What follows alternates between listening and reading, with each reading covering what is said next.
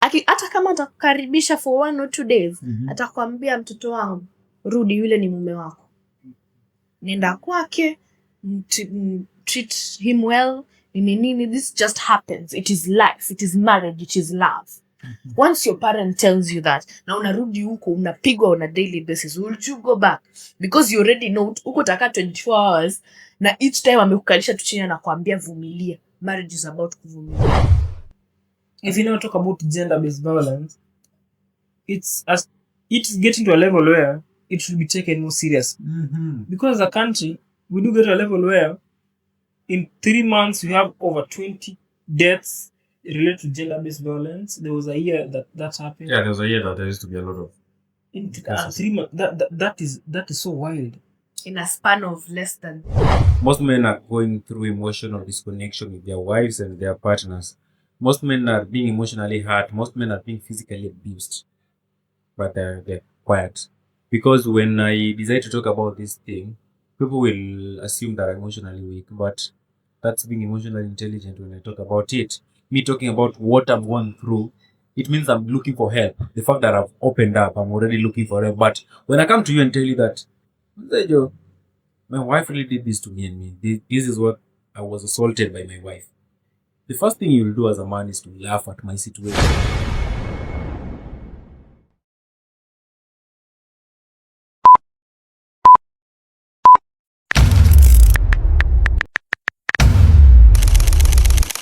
Welcome to another episode of Mwambao broadcast, the #1 online viewing platform currently in Mombasa and in Kenya as a whole. So today, I'm here with my co-hosts. I go by the name Cyrus. I go by the name Nicole. And my name is Brad. Yes. So majama, weekend imekuaje? How have you guys been? I've been good. I thank God. Mambo sawa. Hello. Yeah, I thank God for the gift of life that He's given me. Yeah, it's not for granted. It's something that people wish they could have right now, but it's grace, ni neema, nasema neema. So nasema Mungu anarudisha kila siku. Kijana anapenda kutabasamu siku hizi. Yeah, it's God, man. Tunashukuru Mungu sana bana. Hata mimi nimekuwa na very joyous weekend. A nice one. Nashukuru Mungu bana, nimekuwa very good one. Except from vurugu hapa na pale, na majenda based hapo. You've experienced gender violence this week? First hand bana. It was the first time first time in a while. Ulikuwa pigwa. Next. Personally not me. Umesema ni first hand. Like one on one. Mtu karibu ana experience. Oh, someone close to you experienced experience GBV. That's so sorry for that. Yeah. So imekuwa up of 50 may raise a lot of questions. Because people wananyamaza tu, but huko kwa nyumba zao people really face GBV. So what was the cause? So the problem was a man and wife, then the man beats the wife, then the wife goes and beats the sister of the man, and the sister of the man comes back and beats the man. The woman goes and beats the sister. Yeah. Now the man beats the wife. The wife runs to the man's sisters. So the man's sister anakuja alafu anapiga the man. So in a whole GBV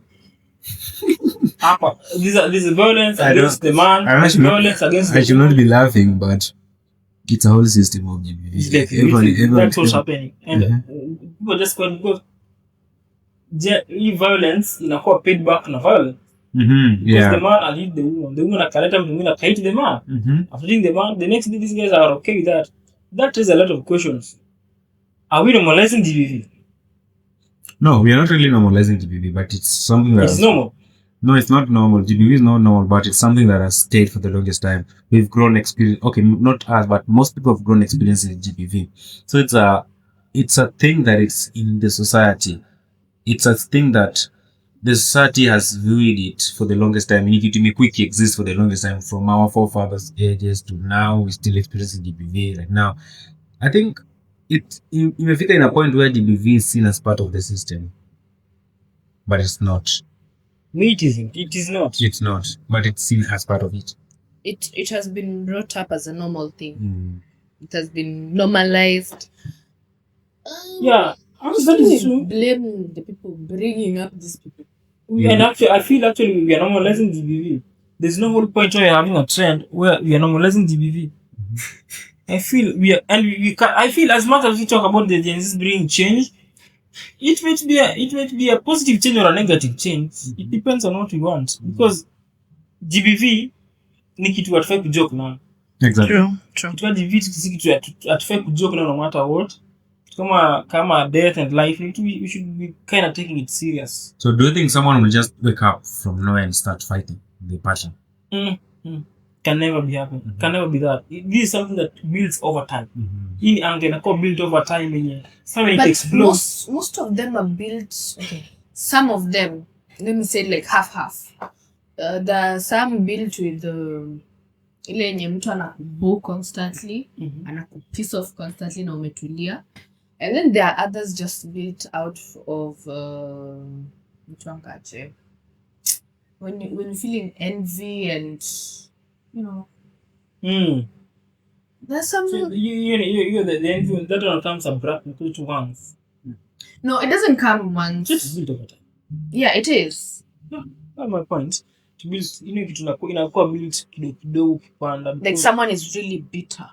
So for someone experienced GBV, for someone was a lot of people are experiencing a lot of people are experiencing this violence, but most of them choose to stay in those relationships as much as they are being hurt inside, they're being physically hurt. Most of them still choose to be in those relationships. So what do you think is the major factor causing these people to be in this relationship in despite of all those violence that they're going through, being beaten up every day? I mean, you crying, always hurting. Why do you think these people choose to remain in this relationship? Mtoto wangu vumilie. Do you think that is the major cause? Judgment. It is. Okay, that one is one of the causes. Like it's one of the main causes. Another one is when you're trying to people please. People please? Okay, for instance, I'm in a relationship with someone who gives me money. Oh, economic dependency. Someone gives me money, but I'm being beaten, but I will not tell you I'm being beaten because I'm receiving money. And this money, I'm coming to show you guys I have money. My man gives me money. So you feel when someone depends on someone, when a woman, let me use the woman, because women are the major victims. When a woman depends on a man for economic dependency, do you think the chances of them leaving this relationship is little when they're being abused? For example, a woman is living in a place where they're given money because they're not employed. They're not employed anywhere. Yeah. So this man have to provide for everything, and at the same time, this man is providing. This man is also beating them up. Yes, it is very hard for the woman to leave. It will be very hard. It is not. No, we're talking about economic, genuinely. This is someone who, for instance, married. Someone has kids, but you're being beaten. You don't have a job. This is why women these days stick to, I want to have my own job. Yeah. So this is someone who doesn't have a job. This is a stay-at-home mom. Hajui mali pa kuanzia. Nikiacha huyu, despite kunigonga, watoto wangu watakula. So at least nivumilie tu kupigwa. Wacha nivumilie hiyo, my children have a place to live under. I can't go back. Afu najua kuangana ile I can't go back to my parents. Because parents, okay, honestly, parents don't support that. Kuja kwangu, come back to me. I didn't chase you away, come back to me. Very true. Most parents don't support that. They're like, "Uka umeoa? Oa mbali na mimi. You've already moved out. Kama unakuja hapa ni kunitembelea." So ataanza aje kutoka huku enda ambie mzazi wake, mwenye mzazi wake ndo anafaa kuwa anamtegemea, amshikilie akianza kujitafuta vile anaanza. Hapo kutakuwa na shida pia kurudi.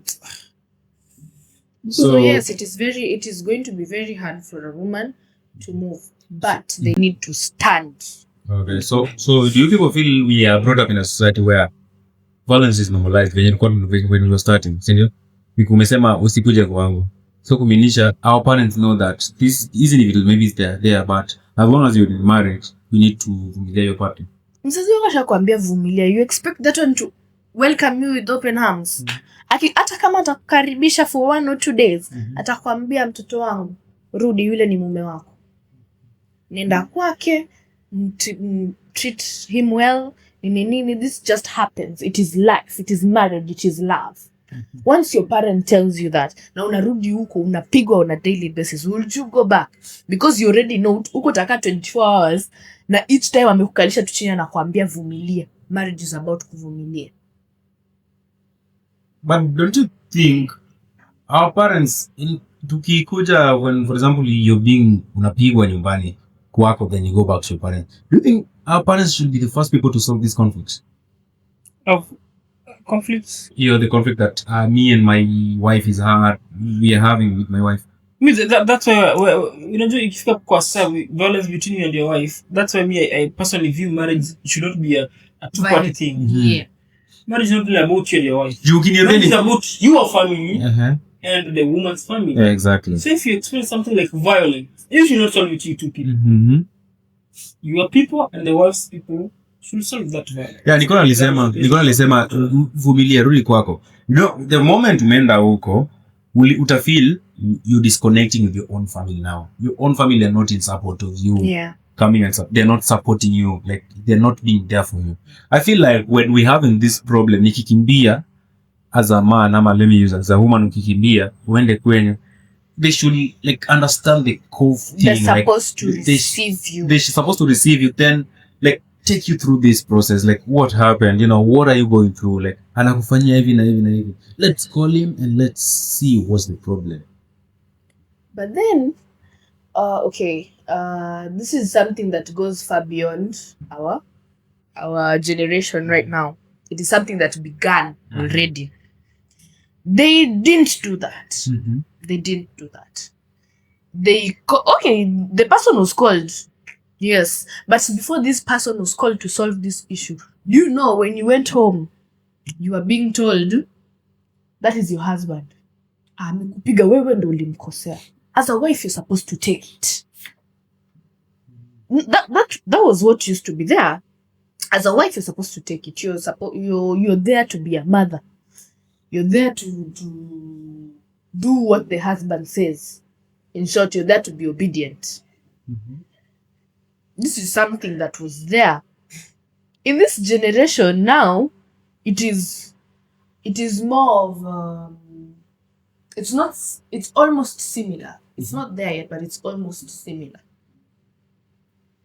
It is very similar. And when you notice, they feel like, unapata anapigia beshte yake story, anapigwa, but in the end she will say, lakini mume wangu jamaa. Exactly. Ni wangu. Exactly. That's the problem that we're going through.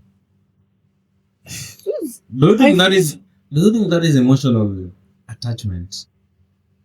No. It's not emotional attachment. That is no longer emotional attachment. Like, as much as unapigwa, but you're not leaving because, that's my boyfriend, that's my husband. I think that's emotional attachment. We are afraid. Okay, what is the meaning of emotional attachment? Emotional attachment, I'm attached to you emotionally. I'm hoping that one day it will change. But this one, they're not hoping. You're promising me, for example, after all this thing, after Menipiga, you're still telling me that I'm sorry, I apologize for doing this and this and this. I promise to improve. I promise to change. That's creative. That's it creates a system where there's emotional confusion. So when that emotional confusion comes in, we assume it's emotional attachment. You do it once and you do it once and you tell me like that, I'll be like, okay, fine, you can change. You do it twice, you do it thrice, you do it 4 times. I am still expecting you to change. This is a lie. This is not emotion. This is no longer me having an emotion towards you. This is more of I don't know what people would say. Mama ya nani siku hizi hana mtu. Alikuwa anaturingia hapa, anapewa pesa, anaekwa vizuri. Siku hizi mtu wake ako wapi? Na mkutananga na sijui msichana wapi mwingine kule. So you say that when what are the judge ndio mama nani? We've used the word mama nani. So we tend to think more about the child, taking custody of the child and not causing emotional harm to these children. Because tukiseparate, watoto watakuwa hurt ni watoto pia. Yeah, true. So I care more about the children here than my own well-being. But I feel like as a parent, you have children. Exactly. You're supposed to, you're not supposed to tell them their dad is bad or something, ile yenye unawa insight. But you're supposed to help them know what is going on. Not exactly at least sasa unawambia daddy ni mbaya ni nini, no. As they grow up, you're telling them this decision was made for a cause. You don't have to necessarily tell them the decision. You just have to explain to them that there comes a point such and such can happen. You're supposed to pole too. You're not supposed to now pin the person as the bad person. Because you cannot harm yourself. You will not stay in a relationship. You are being harmed. And on top of being harmed, most probably utapata most of them inakwanga drunken. So inakwanga mostly drunken violence. Abuse, like abuse drugs. But you would get this drunken violence. It is not because umekuja kwa nyumba nikakuonyesha madharau, nikakukasirikia, sijui nimekufanyia nini. It is because you're frustrated. Exactly. Tayari uliamua unataka kunieka housewife, nikakubali. Kakwambia ni sawa. I will raise your kids. Your kids are good.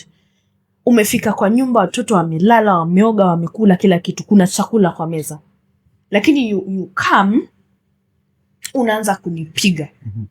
All because you're frustrated with your job. Uko frustrated with outside.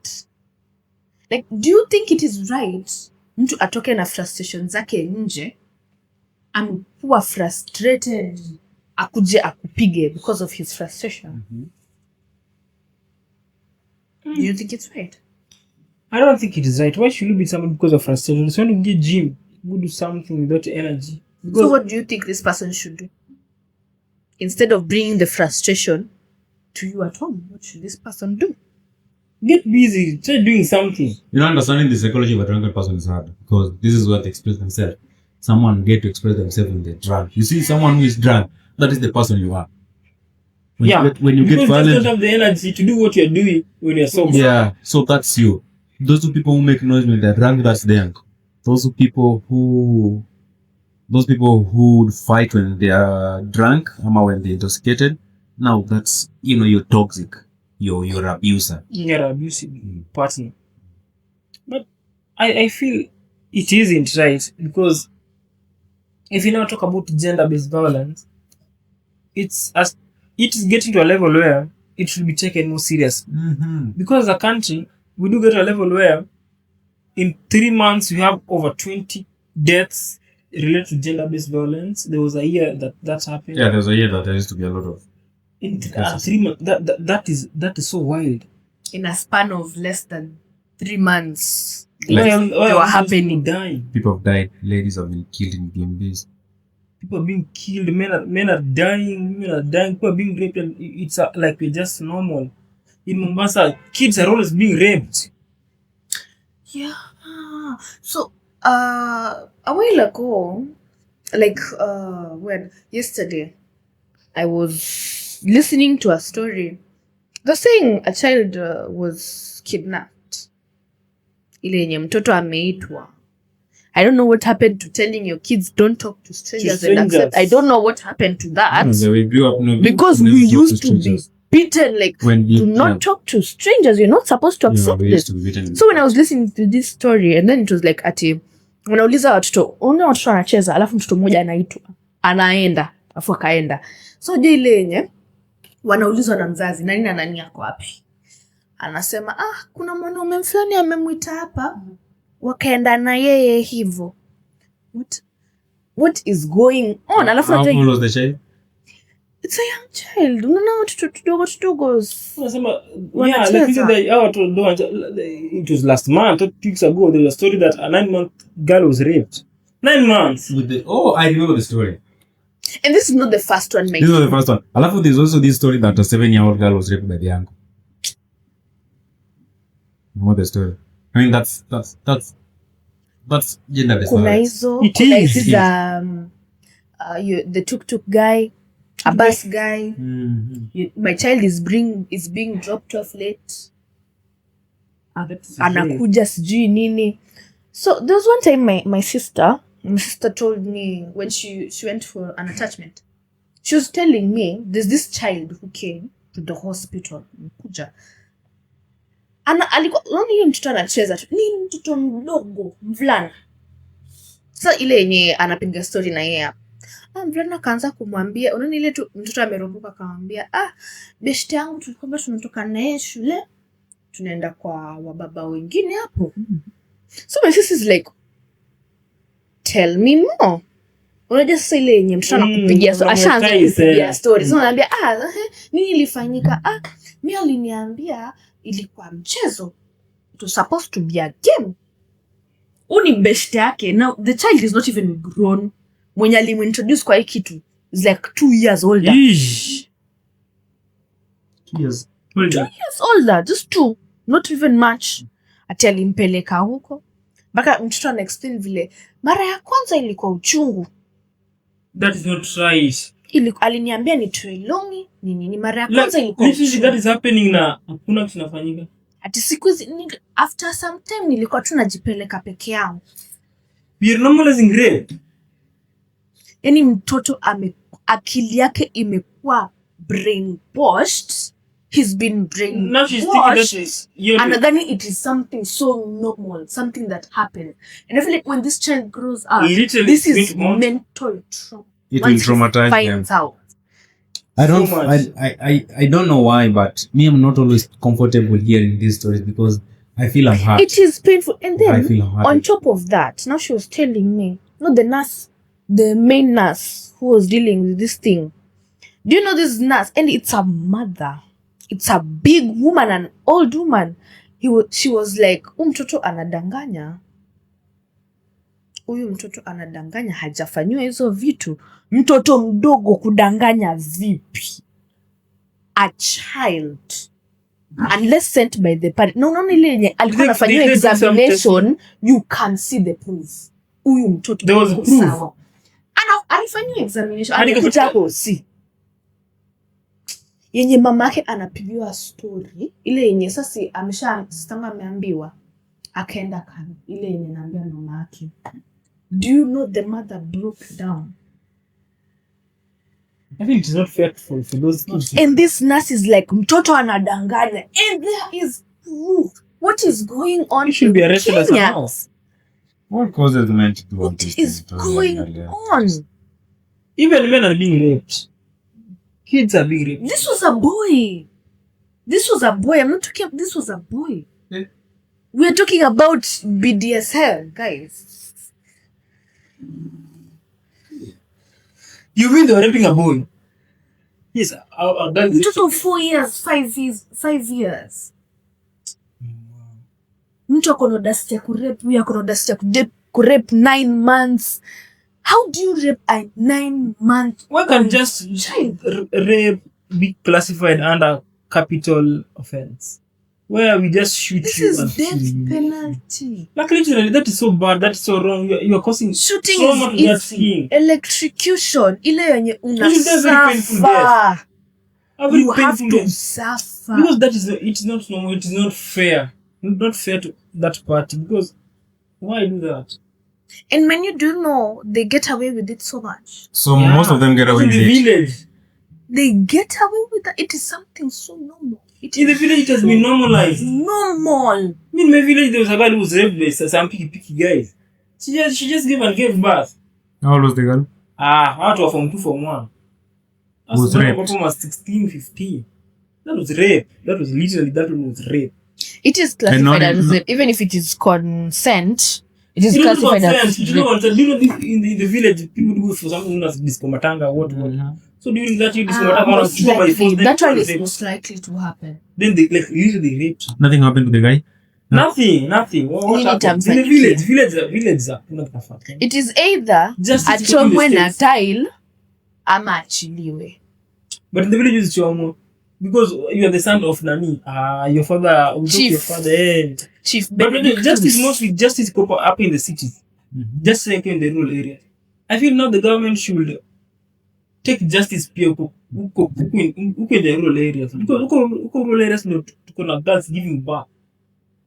Wanapewa mimi na watu who was not focused. I'm sorry to say that, but watu wanakaa tu huko. a lot of bad things are happening in the village. The government inafai chima nani. Because we come with a lot of easy GBVs na happen huko. Yes, as much as na happen huko pia huko sana ni worse. Na kitu kama GBV ni kitu tunafaa tukue serious nayo. Hatufai kuwa hold kitu hii to jokes. It's not a joke. It's a really serious thing. People need to focus on it because it happens a lot.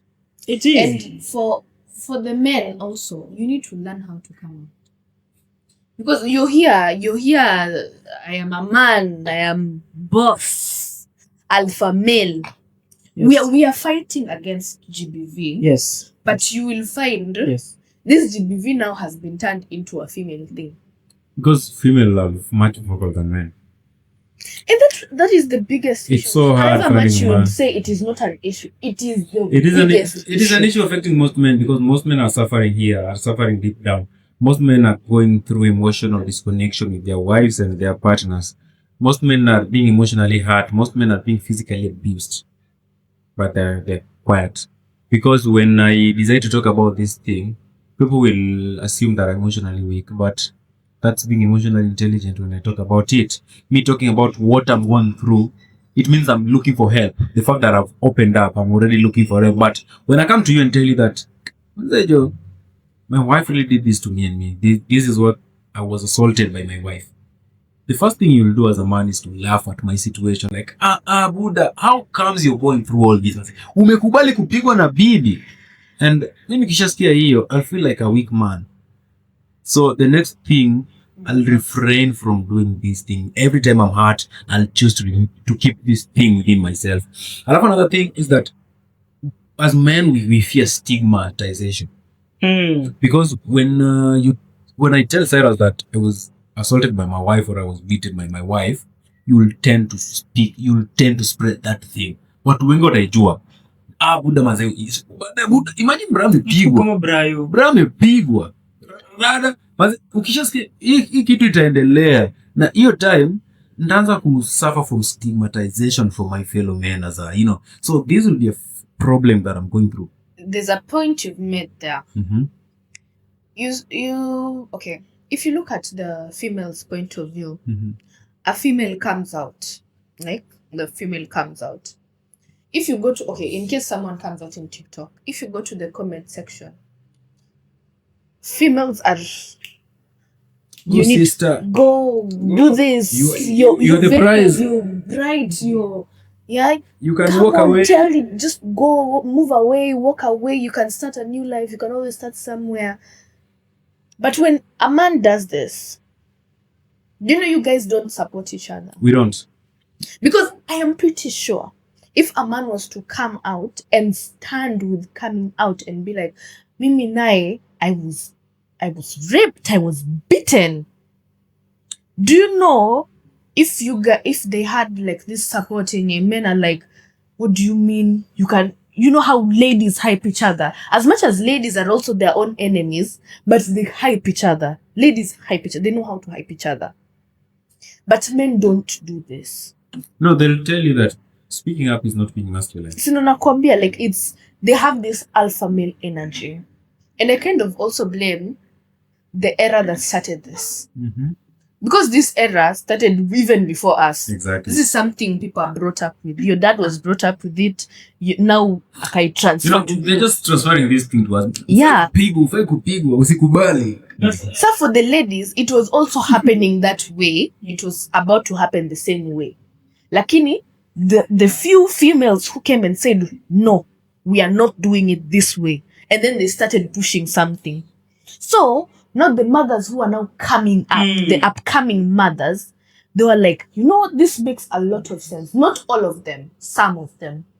Some of them actually follow this. They're like, my child, no mtu asikupige.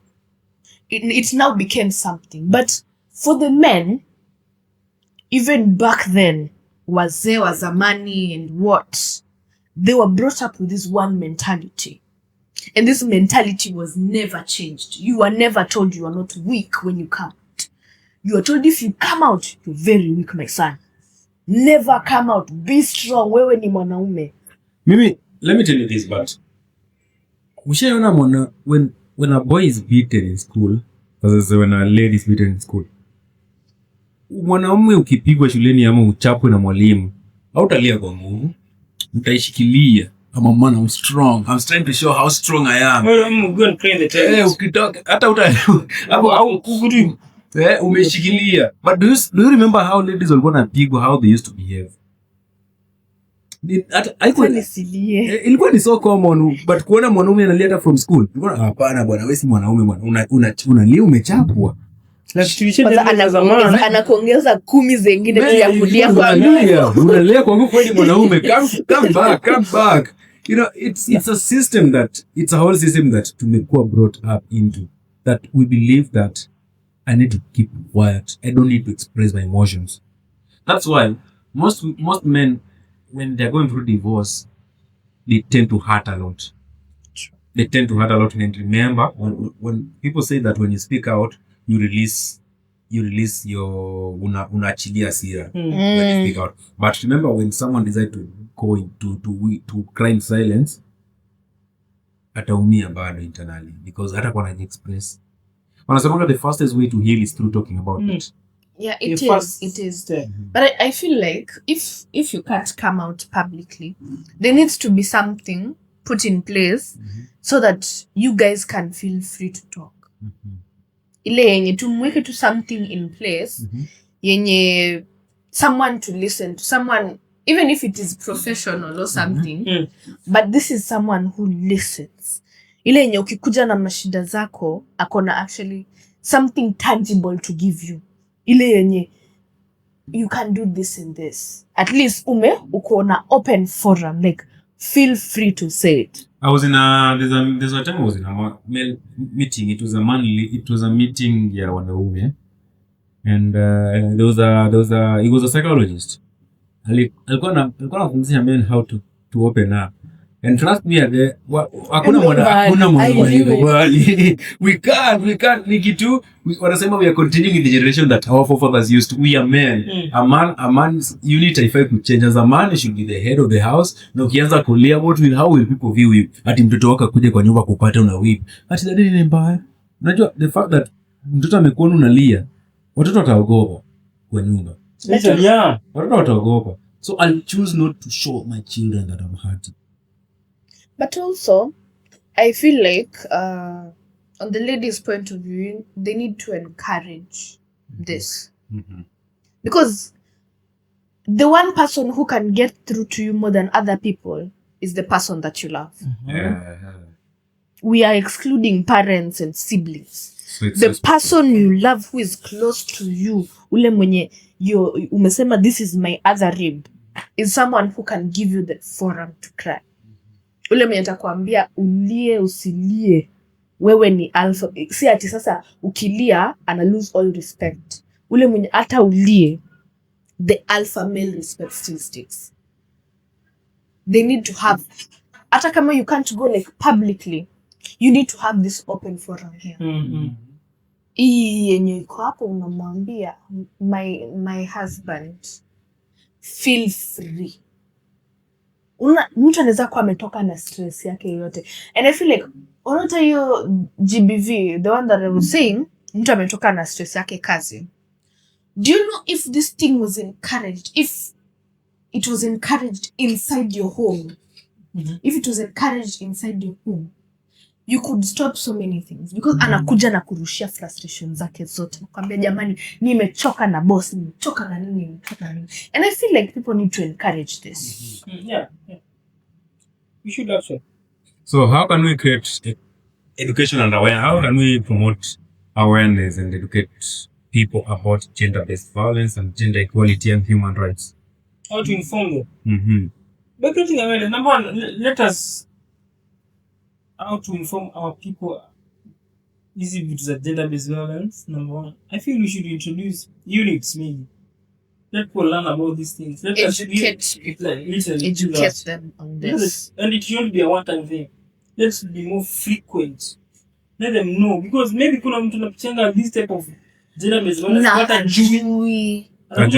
Years later akili yake iko bado kwa vumilia. Yeah.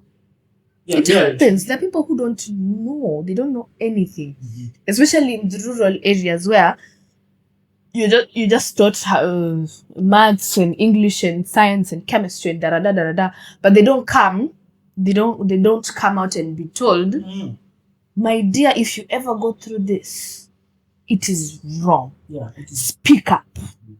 And I feel like this needs to be encouraged, because it needs to be something frequent. Because this thing happens like once in a blue moon. You will find October was Men Month, right? Yeah. Mm-hmm. You'll find in October was Men Month. Last year, it was Men Month. But do you know, nothing happened. I don't know it was Men Month. You even don't know it was Nothing Men Month. happened. You as a girlfriend, as a wife, as a lady who has a brother, you're supposed to encourage. Mwambie, bana, it is Men Month. Are you okay mentally? Mm-hmm. Are you doing okay? How are you doing? But because people don't go like frequently encourage this, it causes bitterness. Yeah. It causes a lot of bitterness, because this ako bitter na haezi kuambia, because hajai kuwa in that position yenye mtu hajai mwambia it is okay. You have never opened a forum of it is okay. This person is very bitter. I know someone who's very bitter yenye anapiga watu for no apparent reason.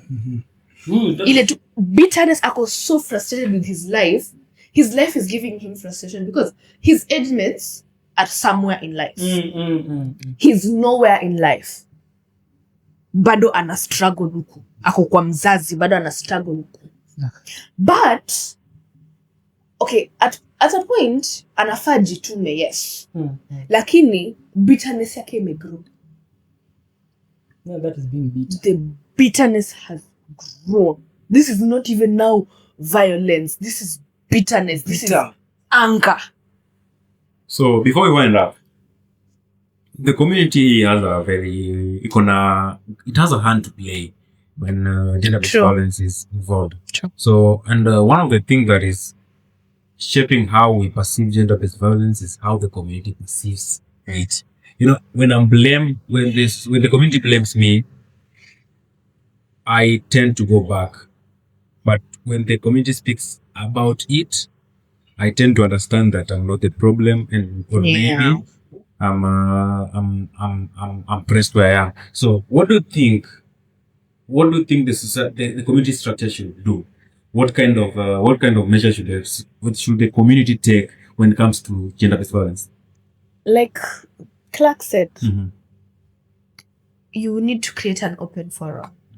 This needs to be something that is taught, which is educated. This is something supposed to be like the way you learn mathematics and English. This is something you're supposed to tell your kids on a daily basis. So they grow up knowing, I will not be weak when I cry that this and this has happened. I will not be weak when I speak out. And I can also say that the community should stop the stigmatization that is happening. True. That umepigwa. We can't associate with yourself. And men need to be men's men. You know how ladies, I'm a girl's girl. Men need to start being there for each other. Not you are your alpha males, but imagine if your own gender encouraged you. Men just don't love talking about their problems. That's what I'm saying. Imagine if your own gender encouraged you to come out and speak. We are afraid that you'll use my I'm not speaking in the point of view of you'll be weak. I'm speaking in the point of view. Imagine how the girls are usually. Now imagine a community where this thing, it is okay. It is not something bad. Do you know your kids would be telling whenever they experience something they know is wrong? Hata mtu ajaribu kumfanyia kitu wrong. They know this is wrong. And I'm going to tell the nearest adult or someone who I trust won't judge me that this happened and that will take action. The problem is your words being used against you. That's what we I have feel. no problem telling you opening up. But imagine if all men opened up and everything they say is used against them. That man will be depressed more than it will cause he is right depression. now. So maybe You find it better at least, but I don't encourage you to keep him quiet. You should actually talk. Talk to somebody. But if you are in the position, you'd keep quiet. Me. Hey, he'll tell me. I have very close confidence in you. Actually, me actually on a serious note, I don't know. Maybe if anything disturbs me, sees if he talks. Me, I do talk. He talks. And I laugh. Every time he talks, I laugh. Like, that's what we do. I laugh. But it's better that way. Yeah. It's better. You talk. I first criticize him. Then now you get serious. But me, I actually talk. Me, I don't hide anything. Anything like literally what's happening in my life, but I know it. I have nothing to hide. Me, I don't hide anything because I know number one, talking is the first step to healing. Exactly. So, as we wind up, the government is playing a very crucial role in creating a situation where people who hurt can get emotional connection. Yeah. For example, creating a system where it only deals with gender-based violence and how we can cope up with these things affecting the society. Because it may come. So, what kind of laws should the government implement to make these rules strict? In these of in these offices that the government are having or these departments, we should have a hotline. That hotline should be working. Let us see that anyone got involved in gender-based violence or the perpetrators are really taken to court and are really facing the consequences. We should not have a situation where somebody is involved in gender-based violence and he has committed it, but they're out with a bond. We should have laws that are amended that make gender-based violence so hard that if you commit these violences, you and death are in the same row. Like literally, it will be a capital offense. Because if you continue taking this thing as a joke, like literally, people are gonna die. In short, place fear on that gender-based violence. You're supposed to place fear on it. Yeah, so someone fears that the moment I do this, death penalty. And it should be equal. That's what I think. It should be biased. It should not be biased. Because you have watched a lot of clips, but not in Africa.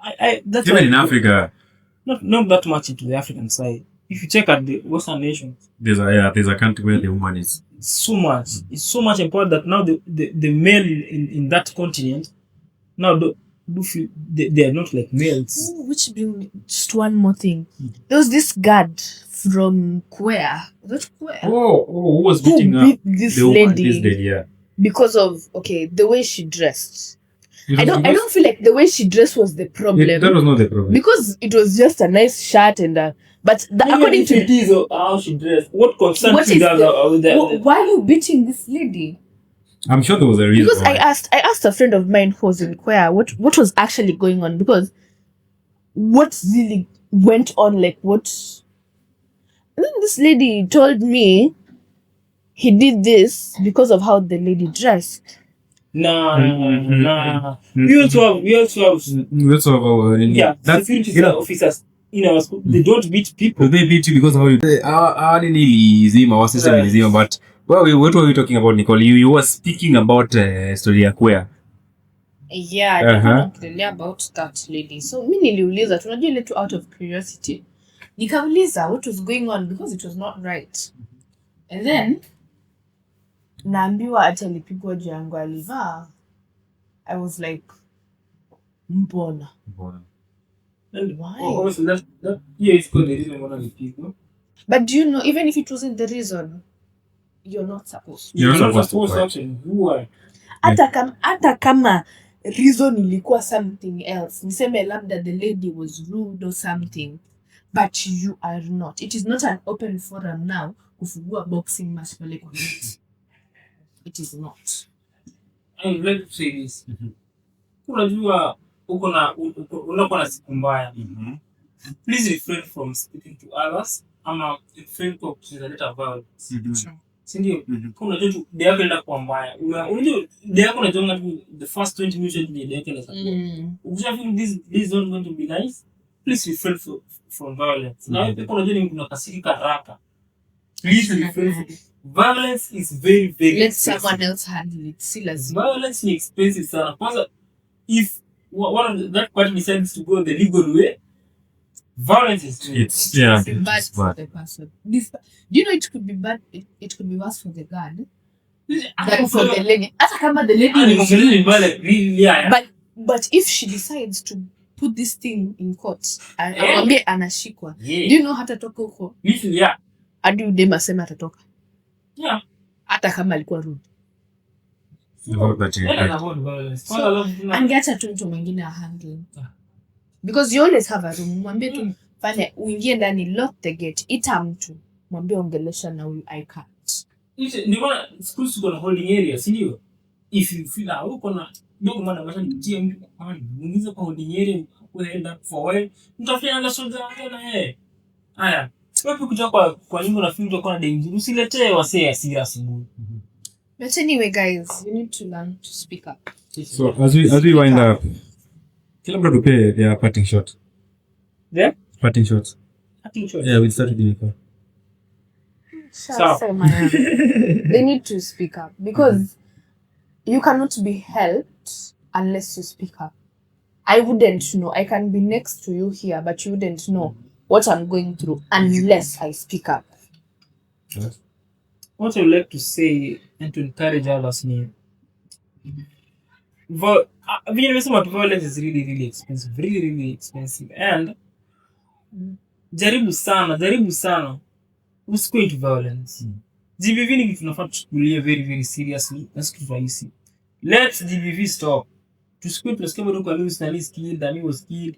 Let us stop. Let us not take GBV as a joke. Let us not joke around GBV. It is serious and it's affecting others. Yeah, my parting shot is that GBV kills, and we should not be stigmatized. We should not be stigmatizing people who opens up and talk about GBV. Because when you stigmatize me, I'll go back and be affected again. Because who am I running to? The society is against me. So the society, we should encourage people to open up. We should encourage people to speak up. We should be the first rescue when someone is affected by GBV. Yes. Thank you. Till next time on our broadcasts.